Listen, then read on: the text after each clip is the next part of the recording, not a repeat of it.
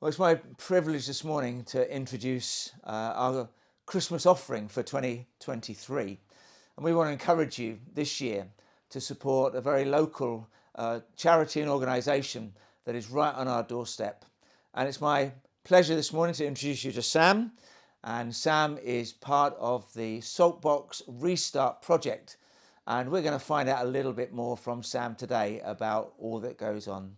So welcome, Sam. Thank you. Great to have you here at Newcastle Baptist Church in this beautiful office setting that we've created especially for today. Absolutely. And welcome here as well. So tell us a little bit, Sam, about Saltbox Restart and your involvement in it. Absolutely. Well, firstly, just thank you ever so much for your support for our charity this Christmas. Saltbox Restart, we are a supported accommodation service for people in the community who are homeless or at risk of homelessness. Some of the most vulnerable people across Stoke and Newcastle who need some help. And so we're in the really privileged position of being able to support them both with a roof over their head, but also some tailored wraparound support to help them move from whatever stuck they find themselves in to progress. And that might, lots of that is housing, but that's also issues around mental health, issues around substance misuse, supporting them to reconnect with family, all of which is geared towards trying to help them move towards independent living, being able to thrive, being able to recognise that they are gifted, talented people who have something to offer to the world. And so it's our real privilege to play a part in doing that. So you have a number of houses in the area. How many houses have you got at the moment? So across Stoke and Newcastle, we've got 69 different properties. And today, as we record this, we've got 120 individuals living in those properties. A mixture of 2-bed terraces, some 3 beds, and some single let accommodation, which we use to really enable people to make those next steps in terms of their own accommodation. Brilliant. So you've got men and women. Yep. And you've got age groups, roughly what sort of age group? Yeah, so the majority of our residents, somewhere between 35 and 50, most of which are male, but actually in recent times, a real increase in the number of female residents who are coming in, needing help, needing support as well. So a lot of these residents have had some offending history. Yeah. And also some substance misuse issues as well. Yeah, is that generally the case? Absolutely. So historically, Restart was only available for those with some sort of offending history. In recent years, we've opened that up partly in response to the pandemic. But our real specialism is supporting people who've been through the criminal justice system, supporting through all the many different barriers that they have to navigate as part of that.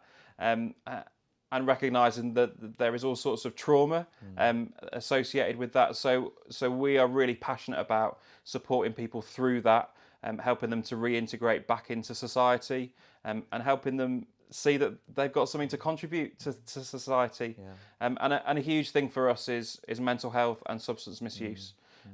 We've got about 75% of our residents who present with both mental health and substance misuse. Again, the way the system's set up puts so many barriers in place for those people. And again, we are really passionate about providing support for those people and advocating those people. We can't treat people. We're not a medical service, but actually a huge part of what we do is advocating for those individuals with local services, to make sure that they get the help that they need and the help that they deserve. We don't want them to be in Restart forever. We want them to be able to move on, to live independently, to contribute to society. And that's the aim, is to help them to live independently and to manage life in a very positive and constructive way for the future. Absolutely. In the first week somebody's in service, we sign them up to every housing list we can find. Right. And that's not because we want to get rid of them quickly. Yeah. It's because we know that this is just a pit stop on their journey. Fantastic. This is just a step in their journey. And we want to support them towards independence. And you also have a chaplain, I understand, who can help and support in a spiritual aspect as well. Absolutely. And that really embraces the whole of the ethos of Saltbox Restart, is to just reveal God's love in practical ministry, I guess. Absolutely. It is an amazing opportunity for us to have some real gospel conversations with residents. People come to us with all faiths and none, and it's an amazing opportunity to have some conversations, to share about about Jesus, about the gospel. And our chaplain Alex does an amazing job. He's so passionate about sharing the gospel with people, and trying to make it accessible, make it relevant to the people that are in our service, is really important, and is a huge part of what we do, and a huge driver behind some of the values that we strive to work to. Fantastic. So the donations that will be very generously given from the congregation, what type of thing? I mean, give us just a glimpse of how the money is used and to support people. Absolutely. So any financial gifts that come as part of this support will go specifically to providing some supermarket vouchers that we'll give to our residents over the Christmas period. The cost of living crisis has been huge for many people, including our residents, and so providing them with vouchers so they can feed themselves over Christmas is really important. If you want to give items, then we're really committed to making sure that our residents have a really clear welcome when they come into service. Okay. So we provide them with a pack of stuff that will help them through their first couple of weeks.